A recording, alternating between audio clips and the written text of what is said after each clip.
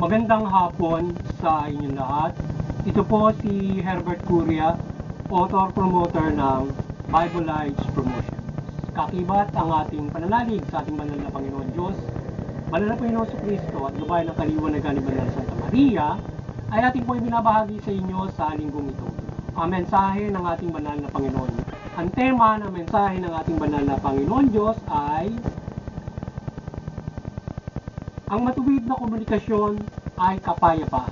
Ngayon po ay babasahin ko sa inyo ang mga mensaheng ito mula po sa Bagong Tipan, balita ng paghahari ng ating banal na Panginoon Diyos sa pamamagitan ng ating banal na Panginoong Yesu Kristo. Yan.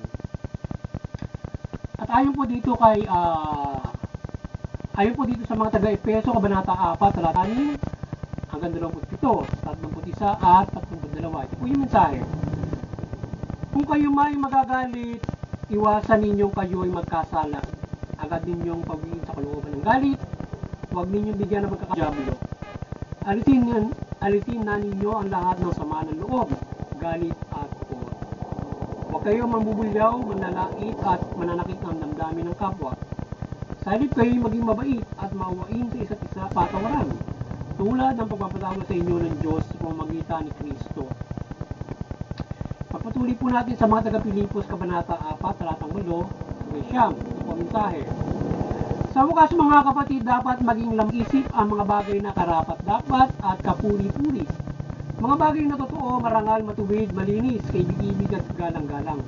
Siguan ninyo ang lahat ng inyong natutunan, tinanggap, narinig at nakita sa akin. Kung magkagayon sa Diyos na nagbibigay ng kapayapaan. Ipagpatuloy po natin kay Apostol Tito, Kabanata 3, hanggang talatang 2. Ito po ang mensahe. Pagbawalan mo silang magsalita ng masama kaninuman. Kailangan sila'y maunawain at maibigin sa kapayapaan. Pagpatuloy po natin kay Apostol Santiago, Kabanata 3, talatang 8 hanggang 10. Ito po ang mensahe. Ngunit walang tao nakasusubil sa dila. Ito'y napakasama at walang tigil. Puno ng kamandang mamatay. Ito ang ginagamit natin sa pagpupuri sa ating Panginoon at Ama. At ito rin ang ginagamit natin sa pag-alimura sa tao na nilalang na kalarawan ng Diyos. Sa isang giwing ang magkukulit pag-alimura, ngunit hindi ito dapat mangyari, mga kapatid. Pagtutuloy po natin sa 1 Pedro, Kabanata 3, talatang 10 hanggang 12. Ito po ang mensahe. Ayon sa ang may nais ng payapa at taganang pamumuhay, dila ay tigilin sa paghabi ng kasamaan. Ang marayang pangusap at anumang panlilinlang sa kanyang mga labi, pag-ingatang lokal. Ang gawang masama ay iwasan sa tuwina at magsaling ng ugali na matuwid at maganda. Ang mitiing mapayapa at mabuting pakisama sa kanyang puso't diway, tuntunin nangunguna. Ang mata ng Panginoon ay nakatuon sa matuwid, panlangin ni agad malugod na dinirinig. Ngunit tuwing makikita ang mga taong gawang lihis, iyang banal niyang muka sa puot ay naging. Ito po ang mensahe at salita ng ating banal na Panginoon Diyos. Yan, sa ating pagbabahagi ng mabuting balita dito sa Bible Lives Promotion. Yan, ating pong pasalamatan ng ating banal na Panginoon Diyos, banal na Panginoon Kristo at banal na Espiritu sa Divine Banal Santa Maria. Maraming salamat po sa ating banal na Panginoon Diyos, banal na Panginoon Kristo, at gayon din sa ating banal na Santa Maria. Ngayon po ay paliliwanag ko po sa inyo ang mga mensaheng ito. Mula po dito sa tema na ang matuwid na komunikasyon ay kapayapaan. Yan. Nais pong ipabatid sa atin ng ating banal na Panginoon Diyos kung paano makikipag ipabatid sa atin ng Diyos at gabayan tayo sa lahat, lalo-lalo sa pamahalaan na tayo ay magkaroon ng isang ang komunikasyon ay kapayapaan. Kaya tayo ay maging hubog kung paano tayo makikipag-usap, makikipag-communicate sa ating kapwa-tao. Sa isang kausap mo o sa bawat marami, sa bayan, sa isang kausap, pamilya, etc. So ngayon ay anais ng banal na Panginoon Diyos kung paano tayo makikiharap. Dapat, sabi niya, ay tayo ay dapat ay hindi nagsasalita ng masama sa ating pag-usap. Tayong mapanlinlang sa ating pag-usap, maging makatotohanan tayo.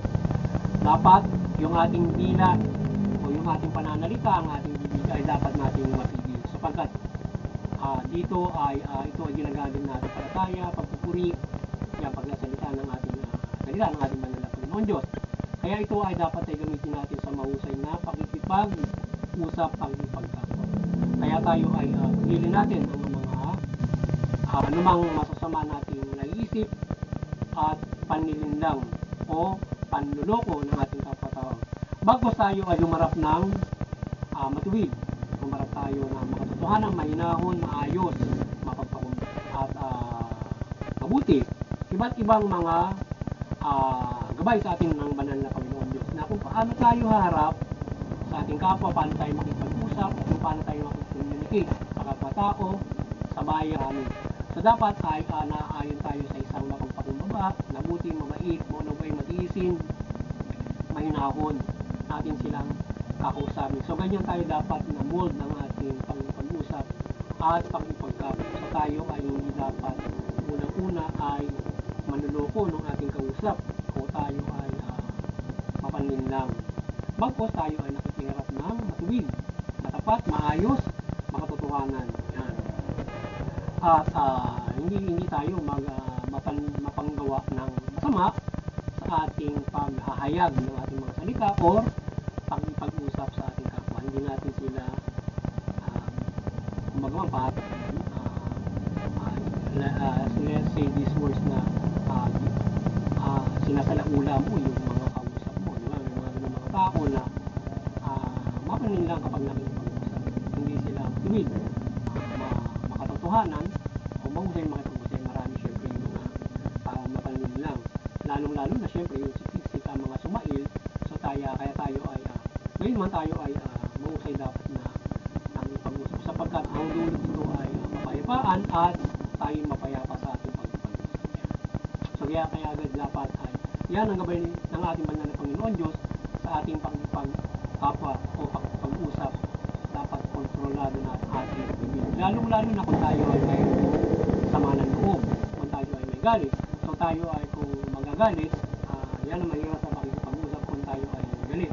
Kaya dapat tayo ay mahinahon, tayo ay maunaway. Malawak ang ating pag-iisip in pagsasalita at pakikipag-communicate sa ating kapwa-tao para maiwasan natin yung pagsasalita na masama, lalo na yung gagawa ng hindi mabuti yung ating kapwa-tao.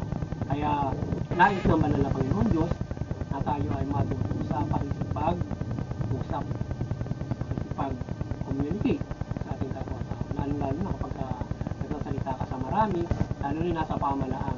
So you know how to communicate, you know how to handle people. Ngayon kasi siyempre, yung pamalaan kapag nagkamali ka, magkagugulo yung mga tao sa iyong mga inihahayag, di ba?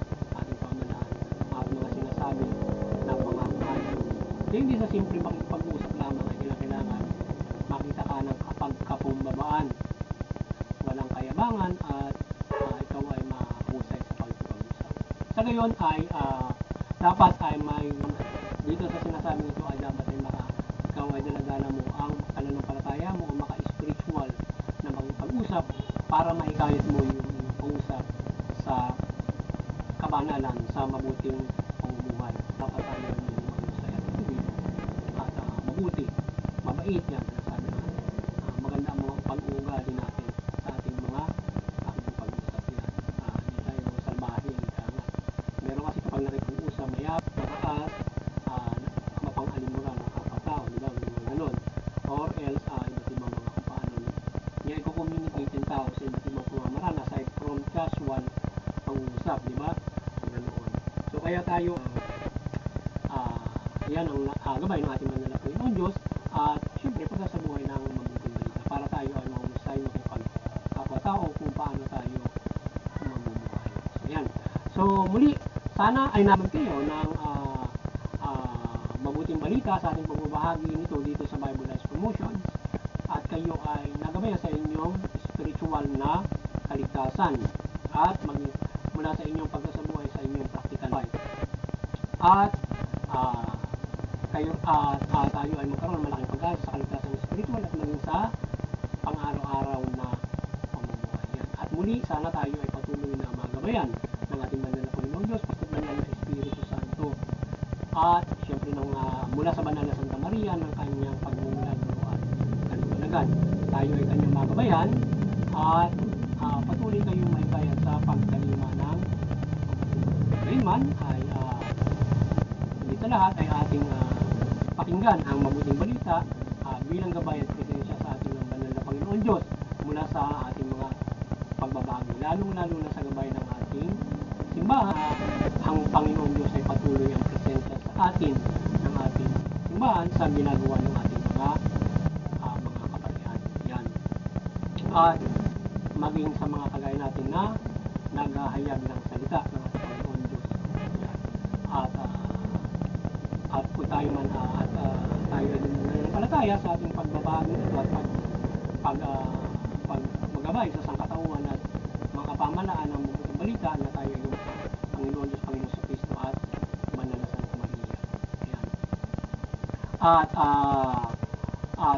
muli doon sa Interfaith Unity, patuloy na tayo magkaisa mga iba't ibang mga Christian denominations. Magkaisa tayo dyan upang unawain natin yung ating way of belief para hindi tayo nagkakaroon ng diskusyon, hindi pagkakaunawaan at nauwi sa sigalutan at karahasan, lalo ng digmaan dahil sa ating iba't ibang mga pananaw at paniniwala, maging may pananaw na reliyon o walang pananaw na reliyon. Magkaisa tayo sa Interfaith Unity, unawain natin yung ating mga pananaw, sa gayon tayo nagkakaisa sa kapayapaan. Kaya tayo pagkakaisa, kapayapaan at pagtutulungan at iba't ibang mabubuting aral at mga perspektibang mabubuti para hindi tayo nagkakaroon ng kaguluhan o mga hindi mabubuting nangyayari sa ating mundo. Bakit nagagabayan natin yung ating lipunan, komunidad, bansa at buong iba't ibang mga lipi, lahi. At maliban dyan doon sa CBCP, Vatican Church, patuloy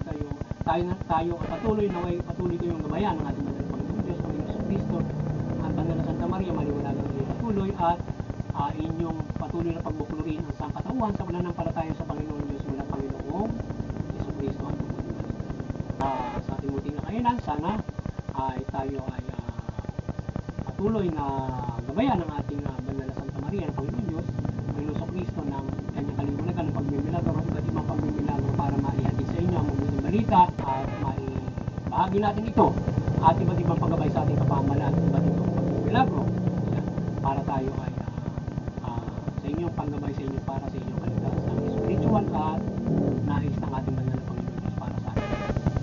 Sa mga kapamahalaan, kayo ay maliwanagan ng banal na Santa Maria ng mabuting balita ng Panginoon Diyos, Panginoon sa Kristo at mahala kayo ng mabuti matuwid. Tugunin niyo yung karapatang pantao at hintayin kayo ng patas na salita. Sa gayon, mag-iinabang yung inyong mamamayan. Ang mga tao ay mga pamumuhay ng ayon sa kanilang karapatan, may mabuting pamamahala. Sa gayon ay makapamumuhay sila ng magana ayon sa karapatan at hindi sila ay makapananagal at lubos para sa kanilang kaligtasang espiritual kung saan ay kayo ay tinulagan ng Diyos para makatulong niya sa kabutihan. Muli, magandang hapon sa inyo lahat at sana ay